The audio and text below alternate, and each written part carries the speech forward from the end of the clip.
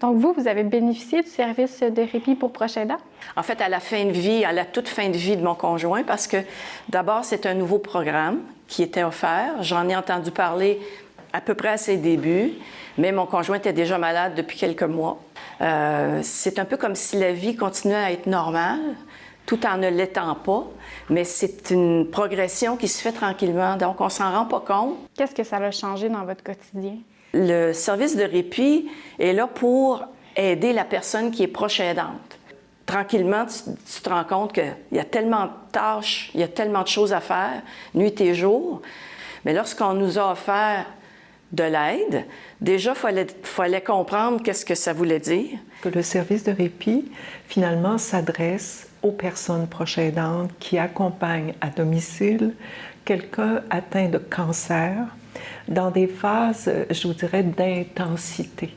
Prendre le relais de ce que ces gens-là font d'habitude pour qu'eux puissent se reposer, mais en toute quiétude. Qu'est-ce que l'équipe peut être amenée à faire chez le proche aidant? On calque ce qu'elle fait d'habitude auprès de la personne malade parce qu'on s'entend que pour procurer du répit à la personne proche aidante, il faut qu'on puisse prendre soin de la personne malade. Parfois, c'est des fins d'après-midi où simplement la présence d'un bénévole peut convenir pour assurer une présence pendant que le proche fait autre chose. Alors, c'est très diversifié.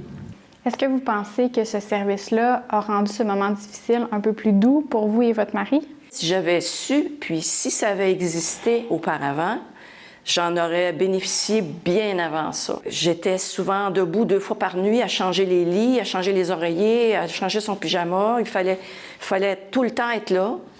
Et puis, tu t'épuises et tu t'en rends pas compte. Alors, c'est sûr que ça a beaucoup aidé. Jusqu'à présent, le service a offert du répit à combien de proches aidants? Jusqu'à maintenant, on a une année de fait. Pour le moment, près de 120 familles qui ont reçu chacune, en moyenne, 32-34 heures de service. Est-ce que vous pensez que pour votre mari, ça a été peut-être un soulagement ou plus agréable de justement pouvoir vivre sa fin de vie à la maison? On a été capable de garder une vie pas normale, mais tolérable à la maison jusqu'à 36 heures avant son décès, quand même. Le service d'aide de la maison Michel Sarrazin, ça nous a permis de pouvoir rester le plus longtemps possible à la maison.